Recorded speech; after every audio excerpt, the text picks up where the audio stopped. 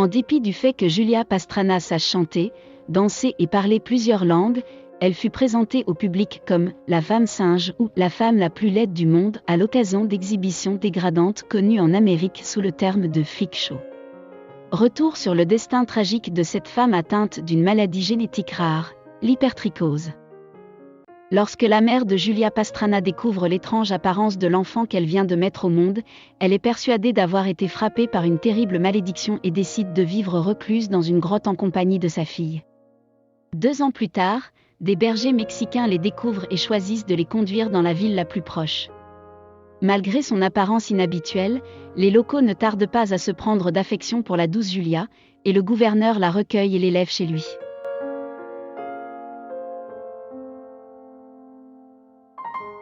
À l'âge de 20 ans, Julia Pastrana décide de quitter la maison du gouverneur et de retourner auprès des siens, dans les montagnes de l'ouest du Mexique. Chose qui ne se produira malheureusement jamais, puisqu'elle rencontre en chemin un promoteur peu scrupuleux nommé Théodore Land, qui va changer à jamais son destin. Land parvient à convaincre la jeune femme que sa place est sur scène, et lui promet gloire et fortune si cette dernière accepte de le rejoindre. Au milieu d'un 19e siècle, Julia Pastrana commence à faire parler d'elle aux États-Unis. Bien que cette jeune femme a la pilosité surdéveloppée sache chanter, danser et parler plusieurs langues, elle est présentée comme « la femme singe du Mexique » et son promoteur n'hésite pas à éveiller l'attention du public lors des représentations auxquelles elle participe, en mettant en avant le fait qu'elle soit mi-femme mi-animal. Certains, pseudo-scientifiques de l'époque victorienne, dont les thèses sont essentiellement basées sur des conceptions et des clichés racistes, défendent ardemment la vision de Théodore Land, et vont même jusqu'à réaliser de faux certificats affirmant que Pastrana appartient à une nouvelle espèce hybride mi-singe mi-humaine, qui sont placardés dans toutes les villes où elle se produit. Bien évidemment, Pastrana est également examinée par de véritables hommes de science, parmi lesquels le naturaliste anglais Charles Darwin, qui se rend rapidement compte que la jeune femme souffre en réalité d'une maladie génétique extrêmement rare. Ce dernier la décrit d'ailleurs comme une femme à la beauté remarquable dotée d'une barbe épaisse et d'un front hirsute. La célébrité de Julia Pastrana ne cessant de grandir, Land réalise rapidement qu'il risque de perdre son numéro vedette si un autre promoteur fortuné vient à l'engager.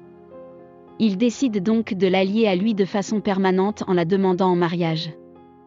Difficile cependant d'imaginer que cette union soit le fruit d'une quelconque romance entre ce promoteur véreux et son attraction fétiche, bien que plusieurs écrits de l'époque précisent que la jeune femme lui était profondément dévouée.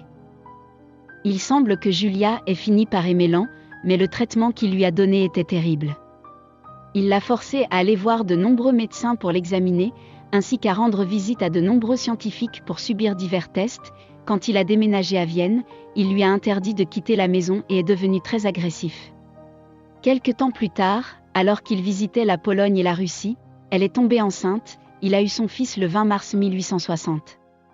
L'enfant est né avec la même maladie que sa mère. Il a fini par mourir à peine 1 jour et demi après sa naissance. Quant à Julia, la naissance l'a laissée mourir. Elle est morte 5 jours après avoir accouché.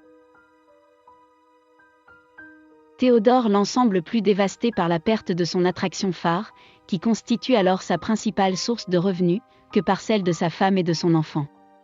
Ce dernier réussit cependant à se consoler en confiant leur dépouille au professeur Sokolov, de l'université de Moscou, qui les embaume en utilisant une technique novatrice particulièrement efficace. Impressionné par la qualité du travail réalisé par Sokolov, Land prend conscience qu'il pourra continuer à gagner de l'argent en exhibant les corps embaumés de Julia Pastrana et de son fils, et décide de les racheter afin de pouvoir les exposer à Londres. Durant plus d'1 siècle, les corps embaumés de Julia et de son enfant sont montrés au public à l'occasion de diverses expositions organisées partout en Europe. Un beau jour de 1863, Théodore Land fait une merveilleuse rencontre en Allemagne, une femme qui ressemble énormément à Julia. Il l'achète, c'est fou cette manie d'acheter des gens, l'épouse, et la fait passer pour la sœur de Julia.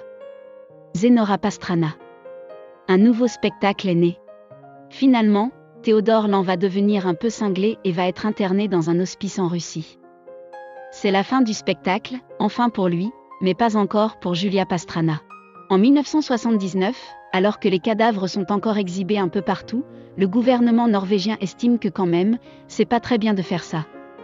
Aussi, il interdit toute exposition et confisque les momies. Les momies seront ensuite volées, puis retrouvées en 2009, à Oslo. Il faut finalement attendre 2013 pour que la dépouille de Pastrana ne soit restituée à son pays d'origine, à la suite d'une pétition officielle déposée par plusieurs hommes politiques mexicains. Elle repose actuellement dans un cimetière de l'État du Sinaloa, enfin libérée des regards indiscrets.